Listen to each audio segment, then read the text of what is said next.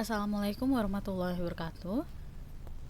Baiklah, pada kesempatan kali ini saya akan menjelaskan tentang proposal ilmiah saya, di mana saya Safa Indisabila dengan NIM 1823433 akan menjelaskan tentang relevansi dan manfaat perkembangan perpustakaan digital dengan koleksi naskah kuno pada Pusat Dokumentasi dan Informasi Kebudayaan Minangkabau, Kota Parangpanjang. Baiklah, topik yang saya ambil yaitu perkembangan perpustakaan digital dan koleksi naskah kuno dengan judul Relevansi dan Manfaat Perkembangan Perpustakaan Digital dengan Koleksi Naskah Kuno pada Pusat Dokumentasi dan Informasi Kebudayaan Minangkabau, Kota Parangpanjang. Latar belakangnya, di mana perpustakaan digital menawarkan kemudahan bagi para penggunanya untuk mengakses sumber informasi elektronik dengan alat yang menyenangkan pada waktu dan kesempatan yang terbatas. Pengguna tidak lagi terikat secara fisik pada jam layanan perpustakaan, di mana pengguna harus mengunjungi perpustakaan untuk mendapatkan informasi. Oleh karena itu, perpustakaan digital dapat memfasilitasi dan memecahkan persoalan keterbatasan akses tersebut. Istilah yang digunakan untuk perpustakaan digital atau digital library sering dipertukarkan dengan perpustakaan elektronik, e-library, dan perpustakaan maya atau virtual library. Selanjutnya, naskah. Naskah merupakan sebuah bentuk peninggalan budaya yang sampai sekarang masih dapat dirasakan keberadaannya. Naskah kuno atau manuskrip merupakan dokumen dari berbagai macam jenis yang ditulis dengan tangan tetapi lebih mengkhususkan kepada bentuk yang asli sebelum dicetak. Baiklah, selanjutnya saya akan menjelaskan tentang rumusan masalah dan pertanyaan penelitian saya. Di mana rumusan masalah saya yaitu untuk menjelaskan hubungan perkembangan perpustakaan digital dengan koleksi naskah kuno pada Pusat Dokumentasi dan Informasi Kebudayaan Minangkabau, Kota Parangpanjang. Sedangkan pertanyaan penelitian saya terdapat dua.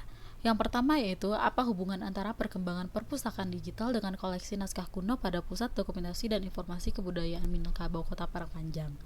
Yang kedua, apa saja manfaat perkembangan perpustakaan digital dengan koleksi naskah kuno pada Pusat Dokumentasi dan Informasi Kebudayaan Minangkabau, Kota Parangpanjang. Selanjutnya yaitu tujuan dan manfaat penelitian, di mana tujuan penelitiannya yaitu untuk mengetahui hubungan manfaat perkembangan perpustakaan digital dengan koleksi naskah kuno pada Pusat Dokumentasi dan Informasi Kebudayaan Minangkabau, Kota Parangpanjang. Sedangkan manfaat penelitiannya yaitu memberikan pengetahuan lebih lanjut tentang manfaat perkembangan perpustakaan digital dengan koleksi naskah kuno pada Pusat Dokumentasi dan Informasi Kebudayaan Minangkabau, Kota Parangpanjang bagi pemustaka. Juga mengetahui beberapa koleksi naskah kuno yang ada pada Pusat Dokumentasi dan Informasi Kebudayaan Minangkabau, Kota Parangpanjang yang harus dijaga dan dilestarikan. Selanjutnya, landasan teori, di mana menurut Ismail Fahmi, perpustakaan digital adalah sebuah sistem yang terdiri dari perangkat hardware, software, koleksi elektronik, staf pengelola, pengguna, organisasi, mekanisme kerja, serta layanan dengan memanfaatkan berbagai jenis teknologi informasi. Sedangkan menurut Saleh, bahwa perpustakaan digital adalah perpustakaan yang mengelola semua atau sebagian yang substansi dari koleksi-koleksinya dalam bentuk komputerisasi sebagai bentuk alternatif, suplemen, atau pelengkap terhadap cetakan konvensional dalam bentuk mikromaterial yang saat ini didominasi koleksi perpustakaan. Sedangkan menurut Barit, menyatakan bahwa naskah kuno merupakan sebuah bentuk tulisan tangan berupa ungkapan pikiran dan perasaan sebagai hasil budaya bangsa pada masa lampau. Di mana pendapat lain juga menyebutkan naskah kuno atau manuskrip adalah dokumen dalam bentuk apapun yang ditulis dengan tangan atau dicetak, yang belum dicetak atau dijadikan buku tercetak yang berumur 50 tahun lebih. Itu menurut Undang-Undang Cagar Budaya Nomor 5 Tahun 1992 Bab 1 Pasal 2. Selanjutnya, penelitian yang relevan dan kerangka konseptual. Di mana penelitian yang relevan yang dilakukan oleh Andri Prasetyo pada jurnalnya yang berjudul Digitalisasi bagi Pustakawan guna penyelamatan naskah kuno di perpustakaan wilayah Surakarta. Juga pada penelitian oleh Giskananda Pratiwi dan Slamet Subakti pada jurnalnya yang berjudul Peran Pustakawan dalam Pelestarian Naskah Kuno Minangkabau sebagai implementasi dari fungsi kultural perpustakaan Provinsi Sumatera Barat, di mana metode pengumpulan data yang digunakan yaitu wawancara terstruktur, observasi, dan dokumentasi. Lalu kerangka konseptual pada penelitian ini melihat bagaimana manfaat dari digitalisasi perpustakaan pada koleksi naskah kuno yang dimiliki pada Pusat Dokumentasi dan Informasi Kebudayaan Minangkabau, Kota Parangpanjang. Lalu hipotesis dari penelitian ini yaitu, jadi berdasarkan rumusan masalah yang telah dijelaskan, hipotesisnya terdapat pengaruh keadaan fisik dari koleksi naskah kuno yang berada di Pusat Dokumentasi dan Informasi Kebudayaan Minangkabau, Kota Parangpanjang. Lalu mengetahui koleksi naskah kuno yang bisa digitalisasi sehingga mengetahui kegunaan dan manfaat dari digitalisasi perpustakaan tersebut pada Pusat Dokumentasi dan Informasi Kebudayaan Minangkabau, Kota Parangpanjang. Lalu jenis penelitiannya. Jadi suatu prosedur pengambilan data yang menghasilkan data deskripsi berupa kata-kata tertulis dari fenomena dan perilaku tertentu. Jadi suatu pendekatan penelitian yang diarahkan pada latar dan individu secara alami dan holistik atau utuh, sehingga tidak mengisolasi individu atau organisasi ke dalam sebuah variabel atau hipotesis. Jadi pengumpulan data pada suatu latar ilmiah dan dilakukan oleh peneliti yang tertarik mengumpulkan data secara alamiah.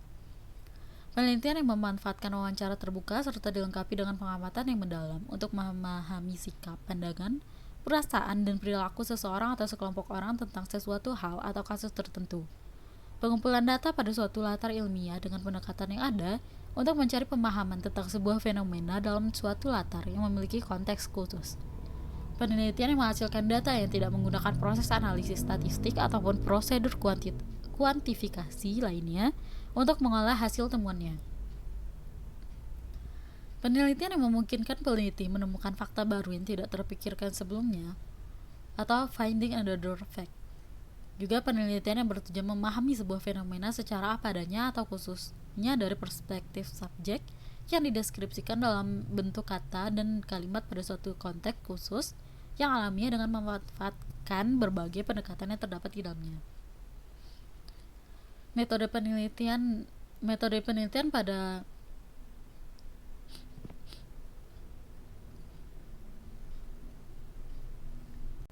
selanjutnya metode penelitian, di mana metode yang digunakan dalam penelitian ini adalah metode kualitatif, di mana metode kualitatif adalah metode penelitian yang berlandaskan pada filsafat post-positivisme, digunakan untuk meneliti pada kondisi objek yang alamiah. Sebagai lawannya eksperimen, di mana peneliti adalah sebagai instrumen kunci. Pengambilan sampel sumber data dilakukan secara purposif dan snowball. Teknik pengumpulan dengan triangulasi atau gabungan, analisis data bersifat induktif atau kualitatif, dan hasil penelitian kualitatif lebih mendekatkan makna daripada generalisasi. Metode yang digunakan dalam kualitatif juga memposisikan peneliti sebagai instrumen inti. Dalam hal ini, peneliti memahami masalah secara mendalam. Metode ini bersifat deskriptif, sehingga data yang dikumpulkan lebih banyak berupa kata atau gambar daripada data dalam bentuk angka-angka yang lebih menekankan proses daripada produk. Metode ini cenderung menganalisis data secara induktif. Peneliti mengumpulkan data atau bukti-bukti bukan untuk membuktikan hipotesis yang telah peneliti miliki sebelum melaksanakan penelitian. Selanjutnya, variabel dan data. Jadi jenis data yang digunakan dalam penelitian ini adalah data literatur dan lapangan. Literatur yang berkenaan dengan teori-teori yang diperlukan oleh peneliti sebagai pembanding, sedangkan lapangan untuk mencari data yang diperlukan peneliti untuk dituangkan. Maka jenis penelitian yang penulis gunakan adalah pendekatan kualitatif. Suatu penelitian data deskriptif berupa kata-kata tertulis atau lisan. Sumber data dalam penelitian ini terdiri dari dua sumber, yaitu sumber primer dan sumber sekunder.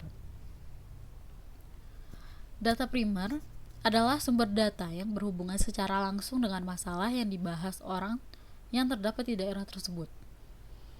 Responden merupakan orang yang bersedia dimintai keterangan tentang suatu fakta atau pendapat.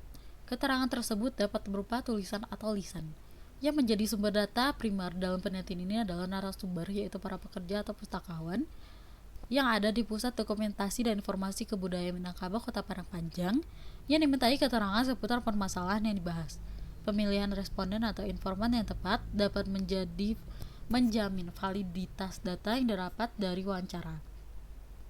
Sebaliknya, pemilihan informasi yang salah akan mengakibatkan data yang diperoleh akan sama dan tidak valid.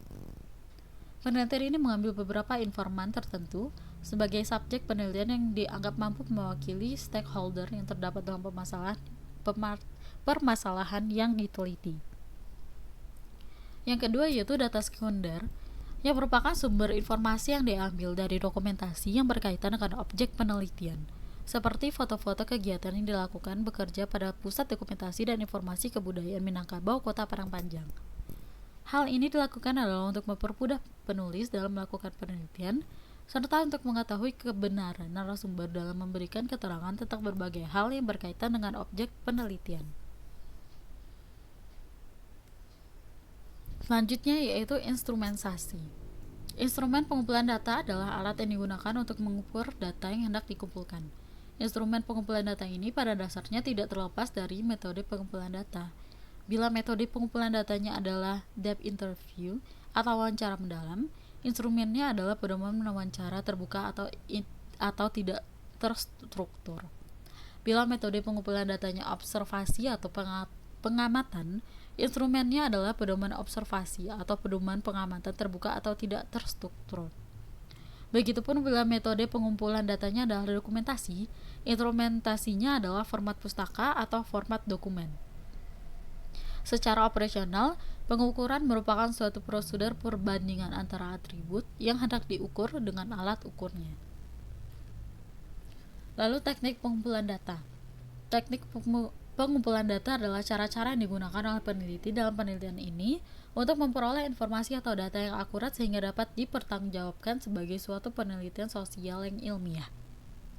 Adapun cara-cara tersebut dapat dibagi atas dua bagian, yakni teknik pengumpulan data yang bersifat primer adalah dengan menggunakan observasi atau pengamatan serta wawancara mendalam atau in-depth interview dan dokumentasi, sedangkan untuk data yang bersifat sekunder secara teori, pandangan-pandangan hasil penelitian, buku dan catatan studi dokumentasi dan kepustakaan.